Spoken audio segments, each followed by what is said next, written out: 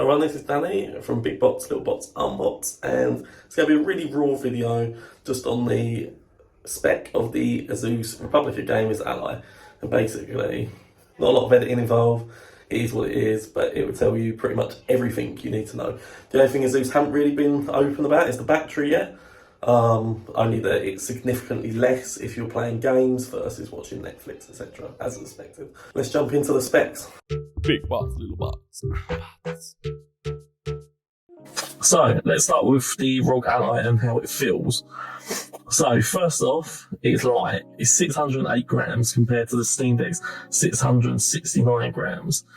Now, Asus say they've done that by thinning down the aluminium coolers using a lighter weight aluminium. They've also thinned down the case itself. So the plastic casing has been made thinner, but it's still meant to be extremely durable as well as very comfortable to hold. Apparently the plastics are really high quality, nice to hold plastic basically. So moving on from that, they've shaped the controller so that apparently it fits every hand perfectly. So they've contoured it so the palm rest, etc. set the control in a specific angle. The layout has been designed on the Xbox controller, which makes sense as it's a Windows-based device. So because with this device, it's running on Windows 11, so you can run every single game, apparently, across all like Steam, Epic Games Store, the Microsoft Store, and you also get 3 months of Game Pass included. So around the thumbsticks, you get RGB lighting, which looks really nice to be fair. All of the thumbsticks have been designed to be fairly close to the edge so that they're in nice, easy reach distance, so you look after your thumbs a lot more. It's been rated to over 10 million clicks on all the buttons and 20 million rotations on the joysticks.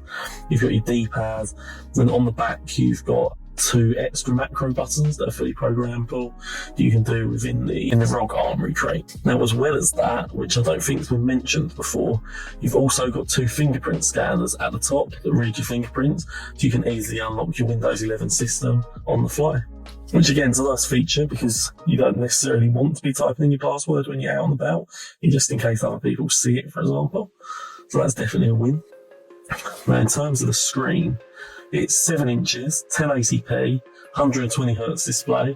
The brightness is 500 nits, so you shouldn't have any problem playing it in brighter sunlight. You're meant to get good black depth with it, and it's also AMD FreeSync. So as well as that, you're also getting Gorilla Glass coating, and this particular Gorilla Glass coating had DXC, which allegedly lowers light reflection and fingerprints. So you should always have a crystal clear display if it works. Pixel density as well is 314 per inch, so you should get a really crisp image. So the speaker system has Dolby Atmos technology, and you're getting 5.1 virtual surround sound. It also has high-res audio, and it's got a smart amp. You've also got presets on the control on the handheld itself, like you do on most PCs anyway, but just so you can set it depending on what your scenario is, what game you're playing, etc. So, like the Steam Deck, you get multiple options. Now, so far it seems like there's only 2 options, and unlike the Steam Deck, it's not to do with storage. So it's to do with performance. Okay, so the first spec is a custom AMD Ryzen Z1, which has Zen 4 architecture, RDNA 3 graphics, 6 cores and 12 threads. It also has RSR and FSR AMD Radeon upscaling. The size is 4 nanometers, and that's for the CPU and the GPU. So, and this is the first time, obviously, that these have been put into a handheld system. So now for the more extreme gamers, and let's be honest, this is probably the one everyone will want, custom AMD Ryzen Z1 Extreme. So the custom AMD Ryzen Z1 Extreme has everything the same, but it has 8 cores and 16 threads as opposed to 6 and 12. So it's going to be able to handle a lot more that you throw at it. But again, this is for the on-the-go element. If you want it at home, then they've obviously got the, if you want to pay out for it, the 40 series laptop graphics card hub. So you can just play some stream games, which I'll get onto in a little while. Software, it has the Asus Republic of Gamers Armory crate, which all of your laptops and that have. It's how you control your RGB, your configurations, sound if it's on headphones, etc., etc. But this is a special edition designed especially for the Ally. So with the Ally, you can get an overlay at the click of one button, and you can set the refresh rate, lots of other things like your brightness and things as well. Like you'd hope, it's got very easy on the fly adjustment, and you can change profiles, things like that. So it has free gaming profile, like control layouts as standard. So if you're playing a keyboard and mouse game, you can set it to that so that you can control that all with the native controls. How well that'll work, time will tell. So adjust things like the macros, the haptic feedback. My personal experience of Republic of Games Armory crate, it's okay. It doesn't work perfect all the time. You would hope they've refined it quite heavily for the mobile gaming platform. Other thing you can do as well on that layout is control dead zones, joystick sensitivity. You can also put things like FPS counters up, so you can start displaying data. So it's great for us gadget guys that want to test, benchmark the device and see if it lives up to all the claims that they're making, which hopefully it will. So from what I can make out on the cooling side of things, I believe they're using a vapor chamber. It's apparently a similar design to the Republic of Gamers mothership and the Flow Z13, and it's got anti-gravity heat pipes. So it's been designed especially to keep cool in a vertical position, so that when there's evaporation, it goes up the pipe and it doesn't all sit at the bottom in the thermal model. And it's also got two powerful fans on the back, which apparently makes a huge difference over just having one, which makes sense. And apparently these fans are very quiet and you shouldn't really hear them. So that'd be interesting to see if they are so quiet that you don't notice them. I know a lot of people moan about fans generally on PCs and that, but generally I've not had problems, especially if you wear headphones anyway. Now for storage, I believe it's the same across the board. I don't know if there are going to be any storage options. Like I said before, it seems to be only performance options. So you're getting 16GB of RAM on the system as well, just in case I haven't mentioned that. And I believe that's on both of them. It makes sense. You wouldn't really want more or less on handheld, I don't believe. So it's got a standard 512GB PCIe 4.0 SSD plus, and apparently it's got a very fast micro UHS-2 class SD card slot. So apparently there's not much of a difference in load time between the micro SD card and the SSD. So that should probably discourage people from wanting to mod it, if that claim's true anyway. So of course, being Republic of Gamers, they've already sell quite a few routers with Wi-Fi 6E connectivity, and that's what this is going to have as well. They have confirmed it's not having 5G support. Now, in terms of accessories, compared to their phones, there's not a lot of accessories in the range really. There's only two purpose-built products. I'll go through the generic. So the first ones are the Republic of Gamers Centra True Wireless earbuds. So that's obviously your in-ear audio that you connect via Bluetooth. Then you've got the ROG Hero Pro, which is their equivalent to a Xbox controller with the little display screen on. You can connect multiple of those for multiplayer, obviously. But the two things that are designed for it is you have a travel case, much like the Steam Deck one, that contains a stand and storage space for additional little items. The main one is the hub.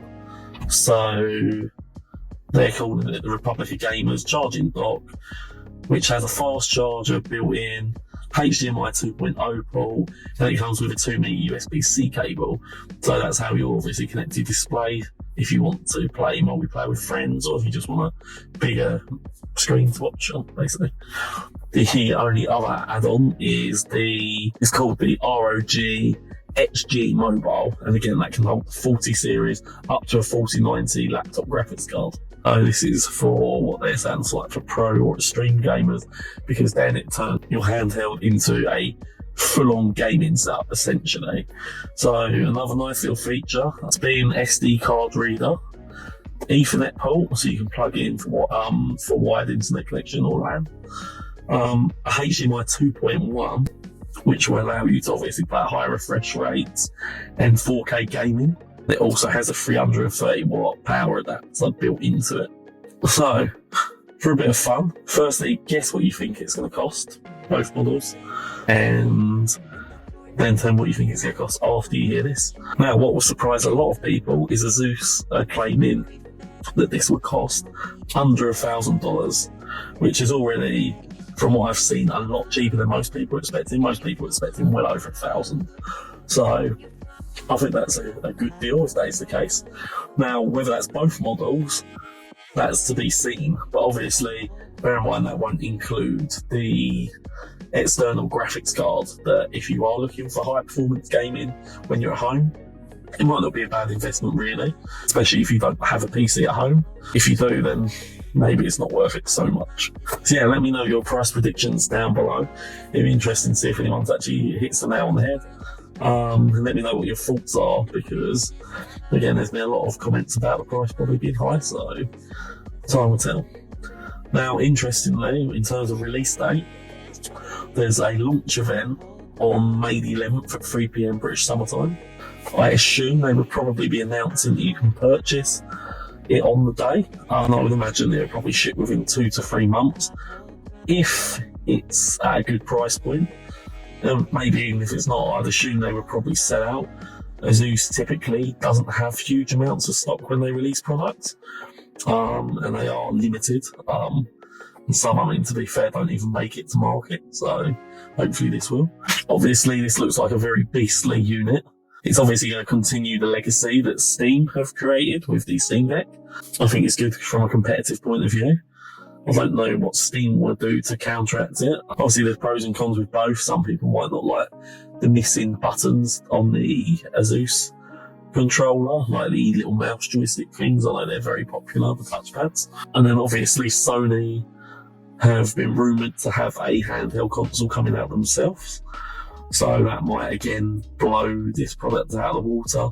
But time will tell. I mean, I'll assume if anyone was going to make a killer product, it would be Sony, because obviously they've got a lot of franchises. PlayStation 5 is the biggest console right now. And yeah, just be interested to see what happens and whether the handheld market will regain the power it once had, like in the Game Boy era. Because it's unusual, because like the Nintendo Switch is a portable based product, but generally I don't feel it's been very popular for actual mobile gaming, maybe around the house, but not so much mobile gaming. Hopefully I get hands on with the product in the near future, and then I can give it a proper test run, see what my thoughts are on it, and see if it's worth the extra money over the Steam Deck, or is it better than the AO Neo, for example, which is probably yes, easily, to be fair, because they've had a lot of product problems. Yeah, if anyone's got any questions, if I can answer them, post below, just ask. I've been Danny, it's Big Box, Little Box, Unbox, and I'll see you on the next one. Bye bye. Big box, little box.